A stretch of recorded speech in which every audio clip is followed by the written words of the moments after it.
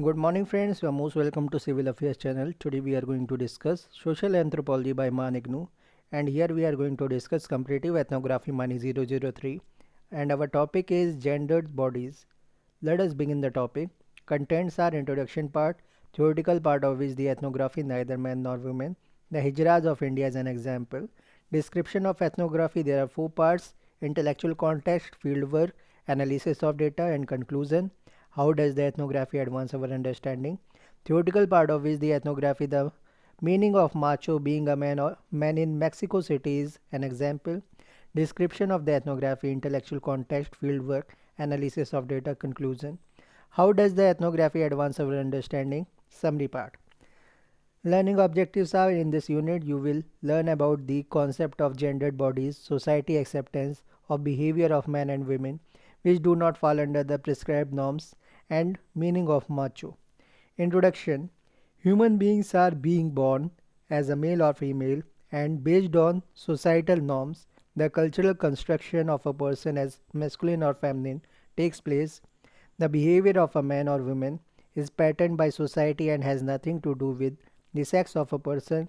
In this unit, we will try to understand the concept of gendered bodies from the ethnographies neither men nor women, the Hijras of the India by Sarnananda, and the meanings of macho being a man in Mexico City by Matthew C. Gutman, set in two different cultural settings, and how the questions is perceived by the subjects of the study. Theoretical part of which the ethnography neither men nor women, the Hijras of India is an example. Nanda's work neither men nor women, the Hijras of India is defining pathway in gender studies. As stated in the introduction, the notion of gender, attributes of masculine and feminine, is socially and culturally constructed, and in the recent past this has been brought to light by many anthropological and historical studies, slowly making it an acceptable fact neither men nor women, the Hijras of India, is an anthropological work among the Hijras of India who do not conform to the culturally and socially constructed gender norms but prefer to belong to a third category. Description of the ethnography, intellectual context. This work reflects on gender identities which for a long time in most cultures were perceived as either masculine or feminine. This work deals with gender systems that have institutionalized alternatives. The role of the Hijras in India from a religious context has been explored in this work.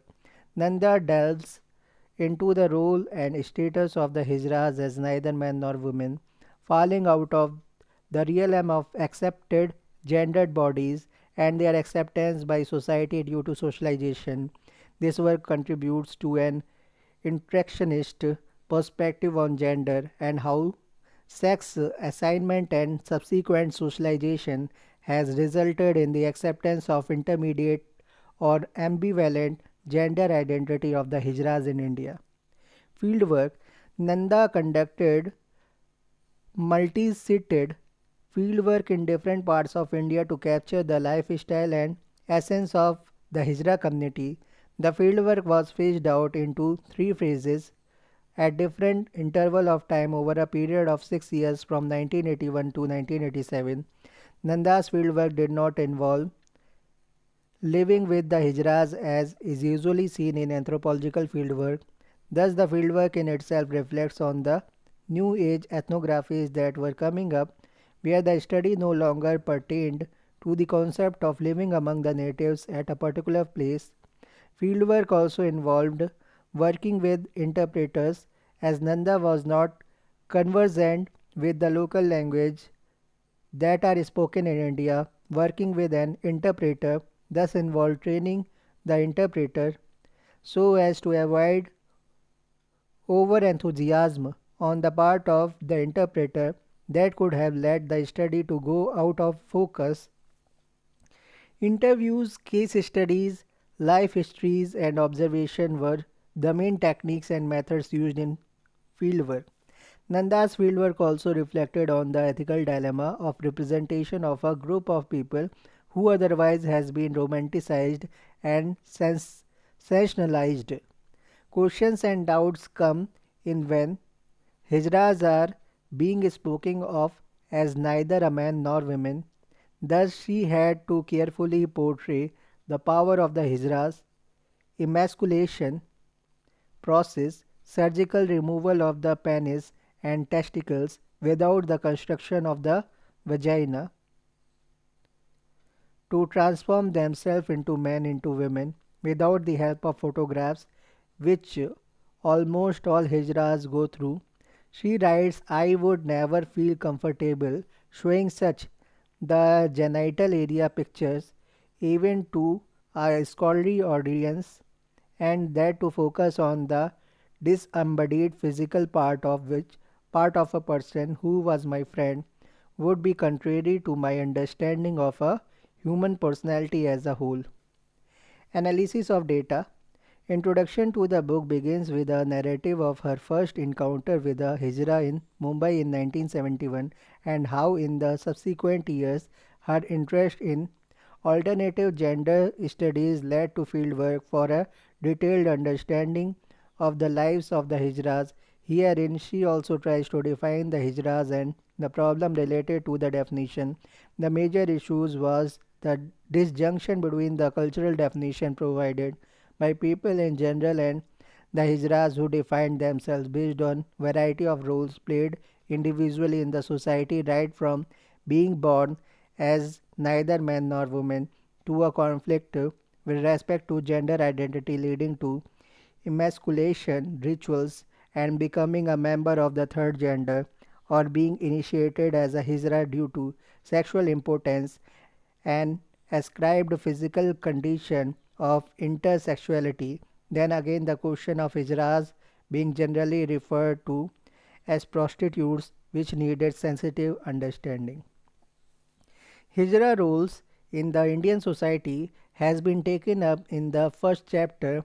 Hijras in India play a culturally significant role as ritual performers.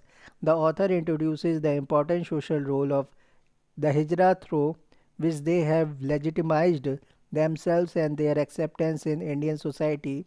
The crucial subject of Hijras being homosexual prostitutes has also been taken up in this chapter.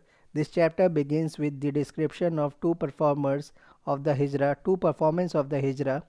First on the occasion of the birth of a baby boy and second one after marriage.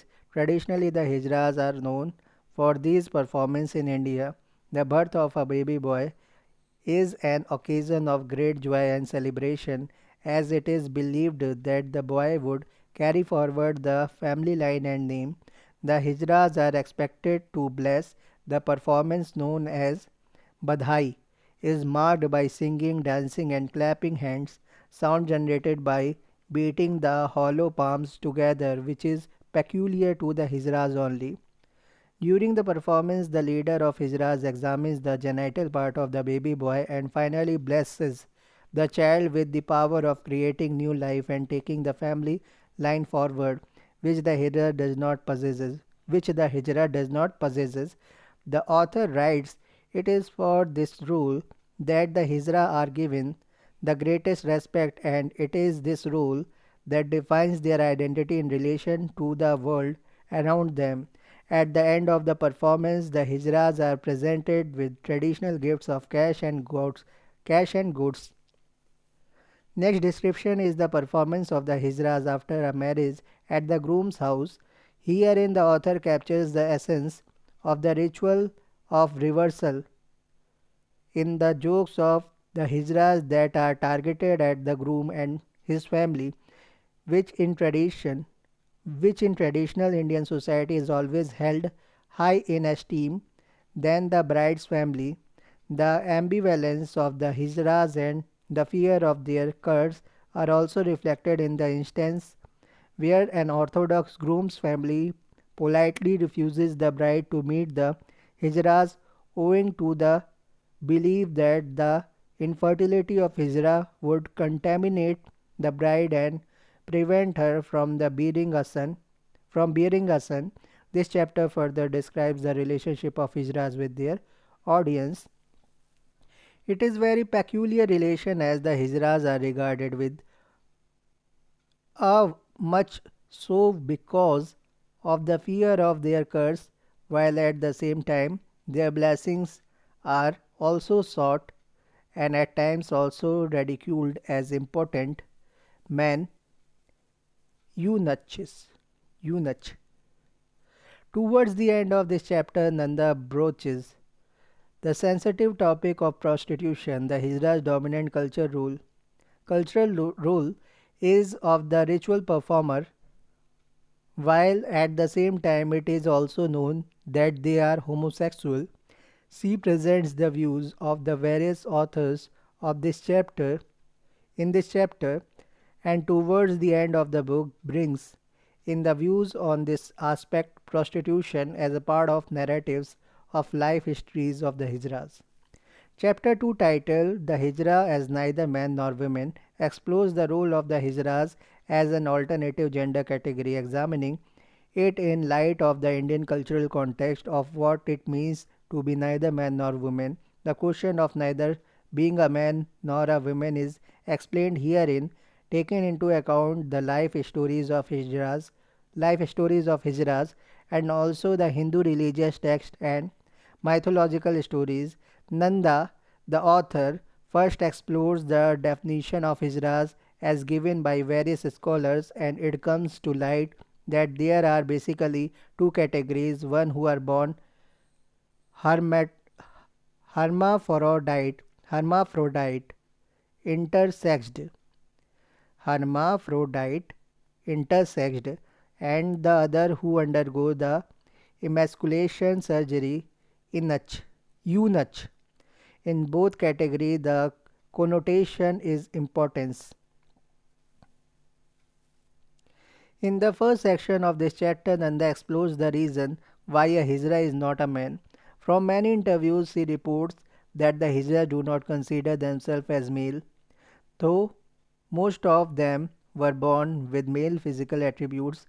It was mostly stated that they never felt like a male and were not ever interested in females.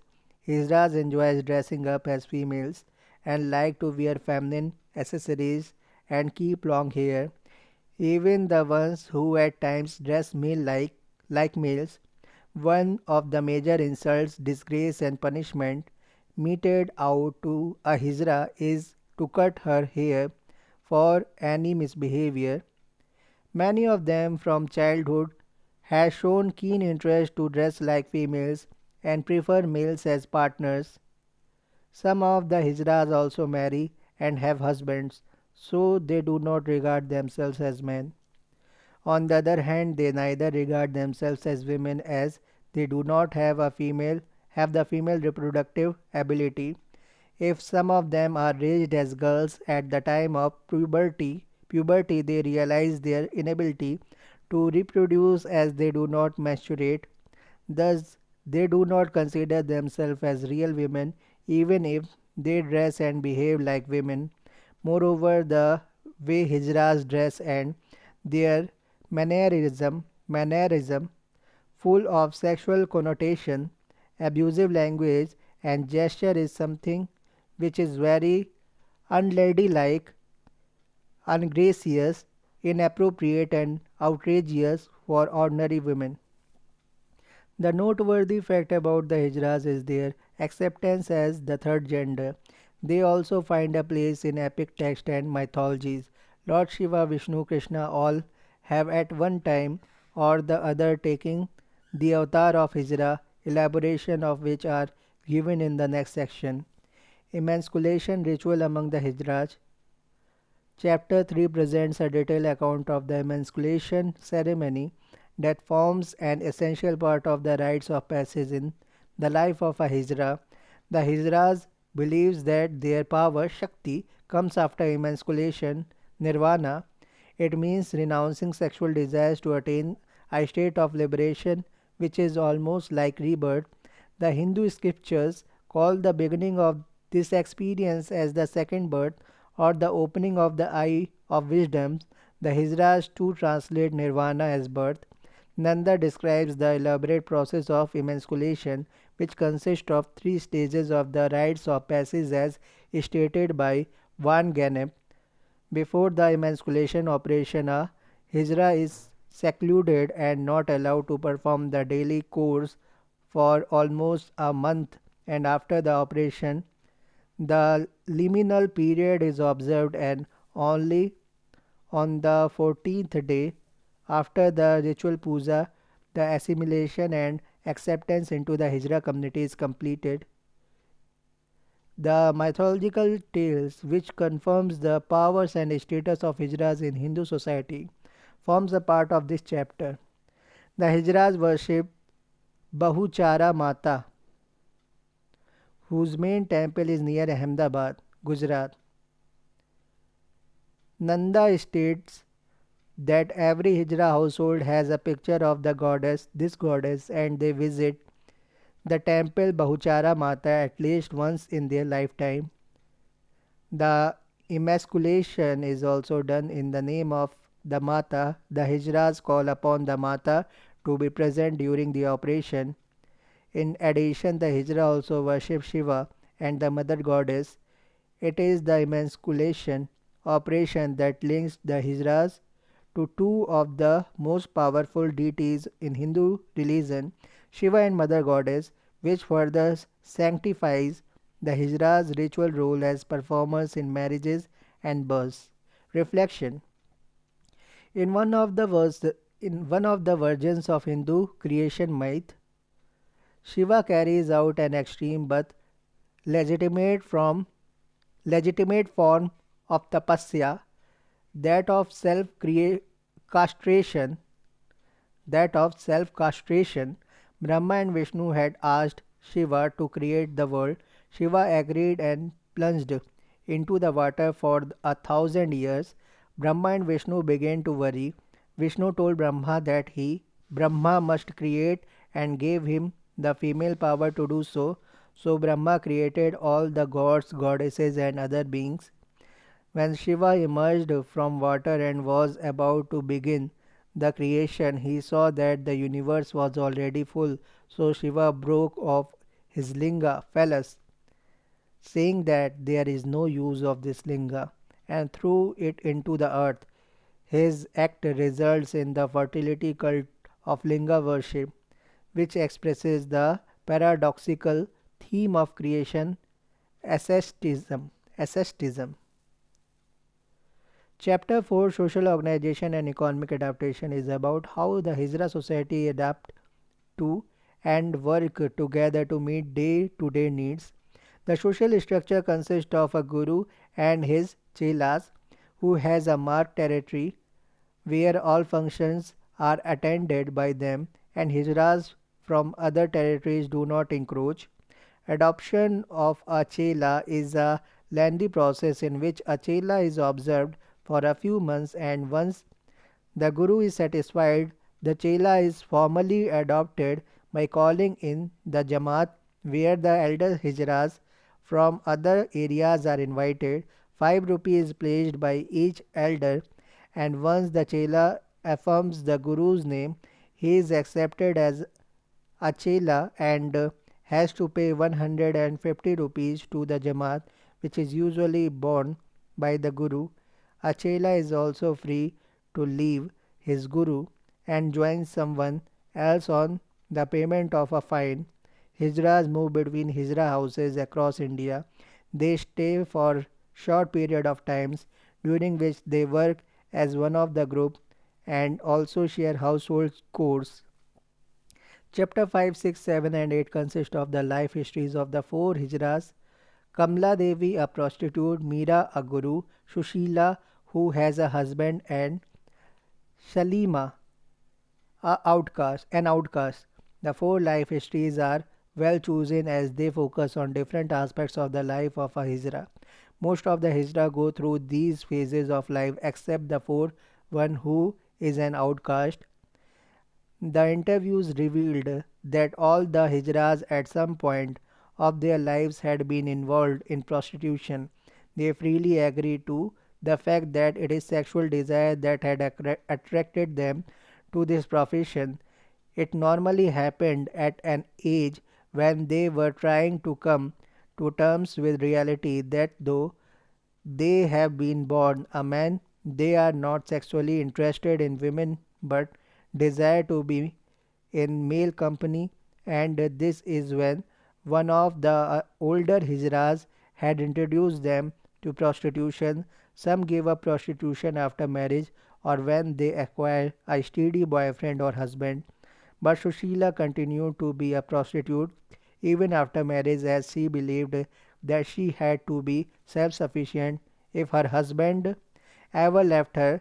These life histories are a revelation, as in the initial stages of the fieldwork, most of the Hijras had reported that they were not involved in prostitution.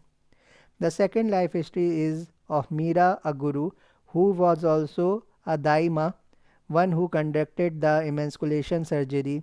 All her chelas, students staying with her, had been operated, and hers was the only known house in Bastipur, well known for it. Meera had conducted 18 surgeries and all were successful, though at the time of Nanda's fieldwork she had given up performing the surgeries. Meera stated that the Mata had blessed her in her dreams with the permission to perform surgeries, and after a few years it was Mata again in her dreams who had asked her to discontinue, and so she stopped. Meera was well known for her successful surgeries, and people from Mumbai also came to her. She earned a lot of money during those days besides achieving fame. On retrospect, Meera reveals that though she had earned money, it was also spent quickly. She could not hold on to the money earned through performing surgeries. Sushila had been living the life of a Hijra for almost 18 years, but she was yet to go through the emasculation rituals. She could not get the surgery done as she never had enough money to pay for the surgery, though she was saving for it and hoped to get it done soon. Sushila lived with her husband but regularly visited the Hijra house being run by Meera and actively participated in the day to day course. She also was involved in prostitution. One of the amazing facts about Sushila is that she found a girl for her earlier husband and married him off so that he could live a complete life with his family. Before marriage, she adopted him as her son, and so now she has a daughter in law and a grandson. Salima's life history is a case of sorrow and grief. She was thrown out by her guru and made an outcast, as it was alleged that she had a relation with the guru's husband. She could not prove her innocence, nor could she arrange the amount 500 rupees that she had to pay as fine for being taken back into the Hijra fold. Thus for several years she lived the life of an outcast on the streets. She was not allowed to join the Hijra parties nor beg for arms, arms in the Hijra territories, and so and as word spread, she was shooed away from the other territories also. Proudly she stated that even in those difficult times she did not resort to prostitution as she had a boyfriend and believed that he would come back for her. During one of her visits, Nanda did meet her boyfriend who had returned and married her. Salima was leading a respectable life as a Hijra once again, though then she had taken up prostitution to support her ailing husband. Salima died of a broken heart as she took to heavy drinking when her husband left her to marry a real woman. Conclusion: the ethnography under discussion is a reflection on the lives of the Hijras across India. The study of this community unearths many of the myths that have prevailed about the Hijras. Almost all the Hijras interviewed spoke of their voluntary entry to the community without being coerced into it. The life of the Hijras is really challenging and tough, as is revealed by these life histories. Many of them have joined it and stayed in it, enduring the hardship. The Guru Chela relation is one of the most revered and trustworthy relationships, though at times there has been cases of cheating also by either guru or chela. The, the emasculation ritual remarks the complete transformation of a hijra, and the acceptance into the hijra fold is absolute. How does the ethnography advance our understanding? Nanda's work on Hijra of India has brought to light the cultural construct and acceptance of a community who are neither men nor women. This work based on field work is major contribution to the world of gender studies, as it has put to rest the romanticism that was attributed to the lives of the Hijras. Thank you very much.